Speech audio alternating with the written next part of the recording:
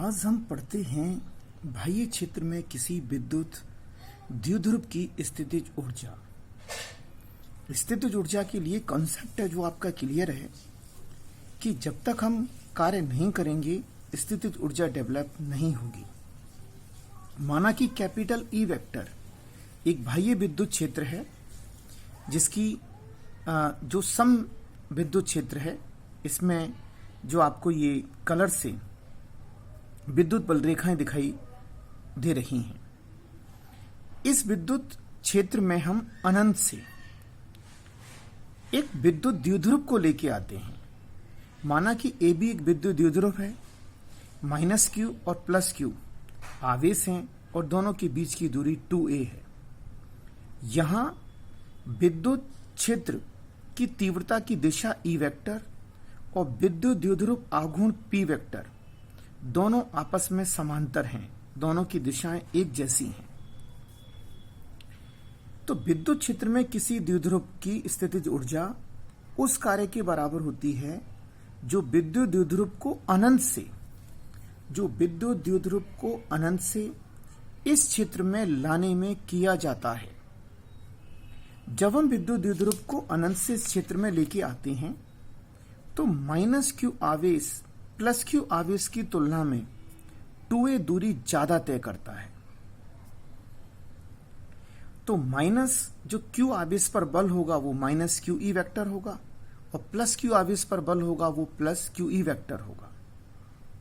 तो अतः विद्युत क्षेत्र द्वारा किया गया कार्य तो W जो होगा वो हो जाएगा अपना बल गुणा विस्थापन। तो माइनस क्यू आवेश पर बल यानी कि माइनस क्यू ई और चली गई जो अतिरिक्त दूरी होगी एडिशनल डिस्टेंस वो हो जाएगी 2a। लेकिन विद्युत द्विध्रुव आघूर्ण की परिभाषा से हम जानते हैं कि P का जो वैल्यू होता है वो Q क्रॉस 2a होता है। तो हम Q क्रॉस 2a की जगह P रख देते हैं। तो विद्युत द्विध्रुव को अनंत से जब हम विद्युत क्षेत्र में लेके आते हैं तो किया गया कार्य W बराबर माइनस PE होता है। यही कार्य विद्युत द्विध्रुव में स्थितिज ऊर्जा के रूप में संचित हो जाता है। तो U1 का वैल्यू आपको मिल गया माइनस का PE। ये आपकी विद्युत द्विध्रुव की स्थितिज ऊर्जा है। अब हम विद्युत क्षेत्र E वेक्टर के समांतर स्थिति से, जैसे यों रखा हुआ है ये इस टाइप से, इस समांतर स्थिति से हम इसको थीटा कोण तक क्या कर रहे हैं, घुमा रहे हैं। तो ये टॉपिक घुमाने में किया गया कार्य हम पहले पढ़कर आए थे। W बराबर होता है PE1 माइनस कॉस थीटा। तो घुमाने में किया गया कार्य स्थितिज ऊर्जा के रूप में संचित हो जाएगा और U2 का वैल्यू आ जाएगा आपका PE1 माइनस कॉस थीटा।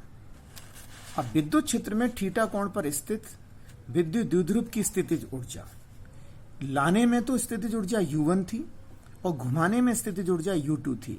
यानी कि थीटा कोण पर स्थित विद्युत द्विध्रुव की जो कुल स्थितिज ऊर्जा होगी वो हम दोनों को ऐड कर देंगे। U1 को भी ऐड कर, U1 प्लस U2 को।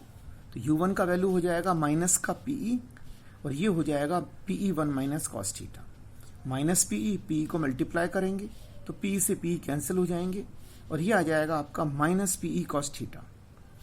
कॉस थीटा को रिमूव करेंगे अदिश गुणनफल, तो ये हो जाएगा U is equal to minus P vector dot E vector.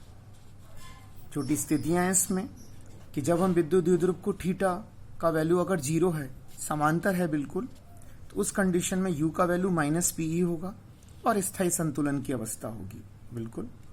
और थीटा का वैल्यू जब 90 डिग्री होगा तो cos 90 का वैल्यू 0 होगा। तो उस कंडीशन में U का वैल्यू क्या हो जाएगा, 0 हो जाएगा। और जब हम थीटा का वैल्यू 180 लेंगे यानी कि विद्युत द्विध्रुव को बिल्कुल एकदम रिवर्स कर देंगे तो उस कंडीशन में cos 180 का वैल्यू क्या होगा, माइनस का cos 180 का वैल्यू होगा आपका माइनस 1। तो U का वैल्यू हो जाएगा PE। U का वैल्यू हो जाएगा अपना P, जो कि अस्थायी संतुलन की अवस्था होगी।